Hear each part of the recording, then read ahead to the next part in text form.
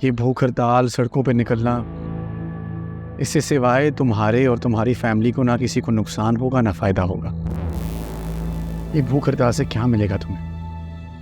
अभी फिर भी बात चार दीवारी के अंदर, इसको इधर ही सॉर्ट आउट कर लेते। बाहर निकल गई तो तुम्हें कोई भी नहीं बचा पाएगा।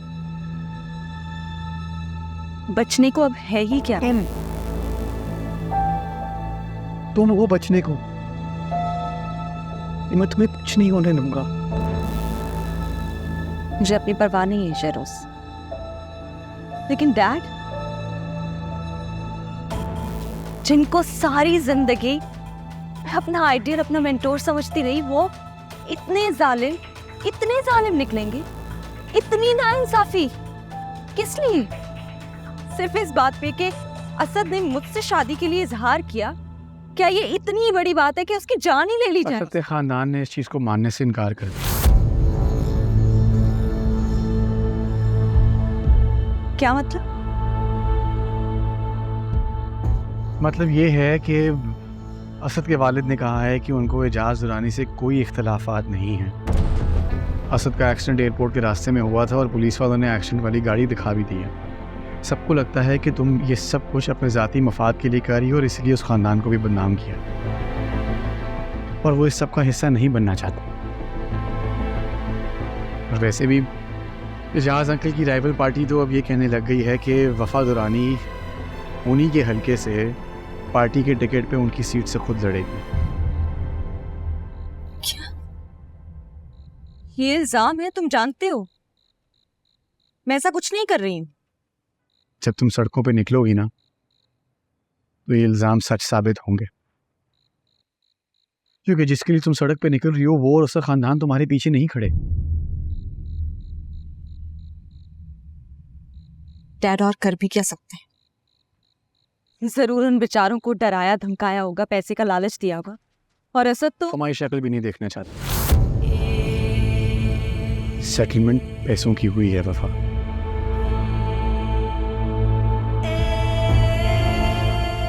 और जिसके लिए तुम इतना बड़ा स्टेप ले रही हो ना, उसका इससे कोई लेना देना नहीं। तुम अकेले खड़ी हो। उसके वालिद ने भी कहा कि वफा से बोलो हमें माफ किया और जान छोड़ दें हमारे बेटे की।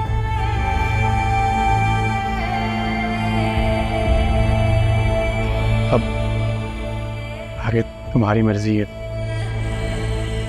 मेरा काम था तुम्हें बताना और समझाना।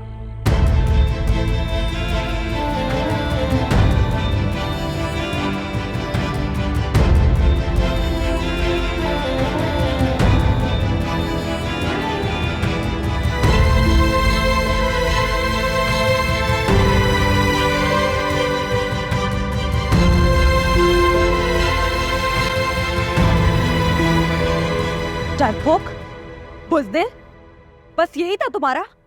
हो गया? डर गए या फिर सस्ते दामों बिक गए? अरे मैं तुम्हारे लिए पूरे जमाने से लड़ने निकली थी, तुम्हारे एक एक जख्म का हिसाब लेने निकली थी। तुमने हिसाब चुका दिया? यही थी तुम्हारी सच्चाई, तुम्हारे असूल?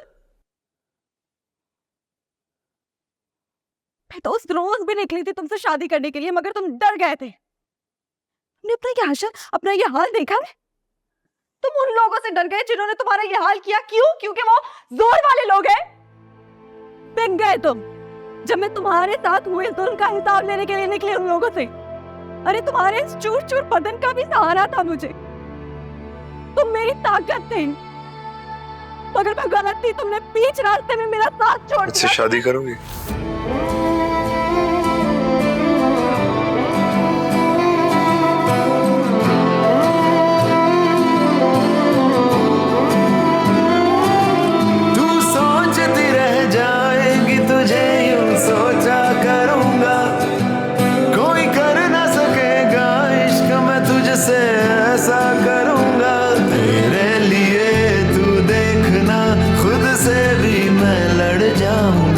जिंदा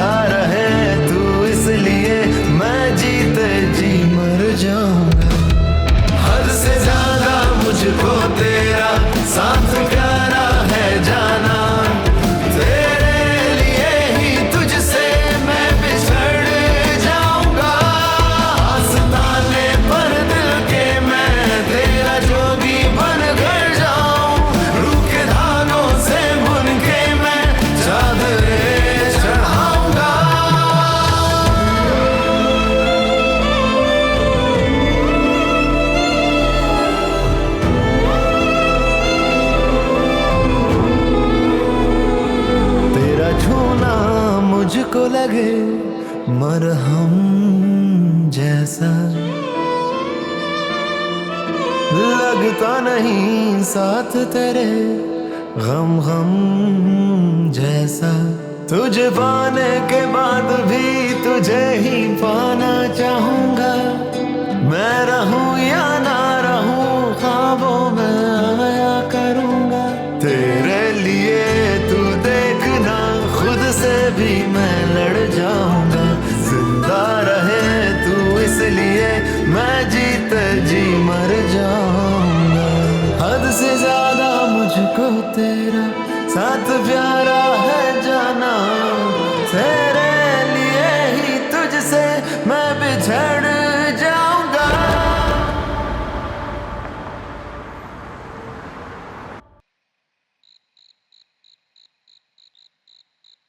आराम से, आराम यार, पैर को देखिए। आराम से, आराम से, आराम से। मेरा बच्चा।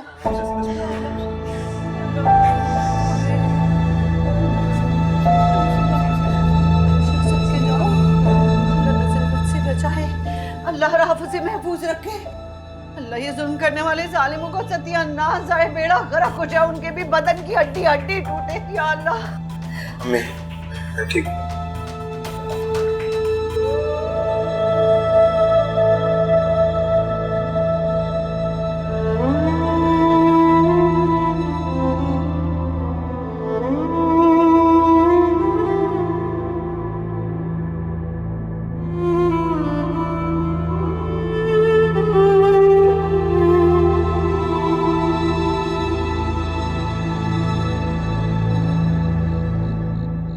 यार वफा, तुम कुछ दिन में यहाँ ना आओ तो बेहतर है। असद को एक बार सेटल होने दो। तो यार असल में उसकी अम्मी भी ना तुम्हें कसूरवार समझती हैं। अगर मैं यहाँ आना बंद कर दूंगी तो क्या उसकी अम्मी मुझे बद्दुआएं देना बंद कर देंगी? कोई भी माँ जो गम में होती है ना वो ऐसे ही सोच। जब मेरे डैड असद के साथ इतना बुरा कर सकते हैं कि वो मरने के करीब आ जाए, तो उसकी अम्मी मुझे बद्दुआएं दे सकती हैं, जितना दिल चाहे बद्दुआ दे सकती।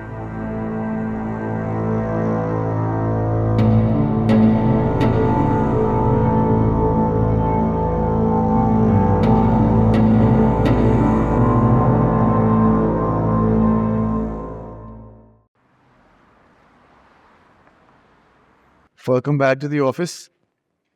अच्छा फैसला किया तुमने भूख हड़ताल ना करके। इसके लिए मुझे तुम्हारा शुक्रगुजार होना चाहिए।